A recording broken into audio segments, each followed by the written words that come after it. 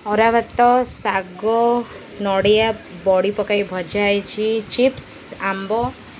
ଆଉ ଡାଲମା ଆଉ ସିଏ ତାର ସବୁ ମାନେ ଏକାଥରେ ଘୋରେଇ ଘାରେଇକି ଆଣିଦେଇଛି ବାସ୍ ସେ ଖାଇବା ଟିକେ ଖାଆନ୍ତୁ କେମିତି ଲାଗୁଛି ଟିକେ ଖାଇବାଟା କହିବେ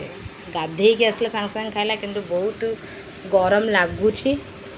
ଆଉ ମୁଁ ଏଇନା ବର୍ତ୍ତମାନ ଖାଇବାକୁ ଯାଉଛି ସେ ଖାଇଲେଣି ଆଉ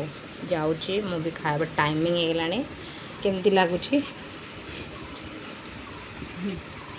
ହଉ ବର୍ତ୍ତମାନ ମୁଁ ଏଇନା ଯାଉଛି ଖାଇବି ଏଇନା ଡାଲମାଟା ପକାଉଛି ଆମ ଓଡ଼ିଆରେ ଏଇସବୁ ଖାଦ୍ୟ ନ ଖାଇବ ମନ ଶାନ୍ତି ହେବନି ଆଉ ବାକି ବାହାର ଲୋକ ଯେଉଁ ଘାସ ଫୁସ ଖାଉଛନ୍ତି ତାଙ୍କ ଦେହରେ କେଉଁ ଲାଗୁଛି ଯେ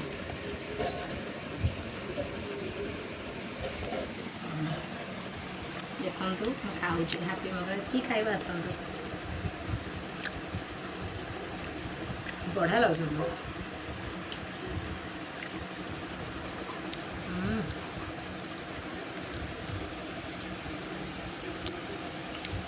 ଶାଗଟା ବି ବହୁତ ଭଲ ଲାଗୁଛି ଜବରଦସ୍ତ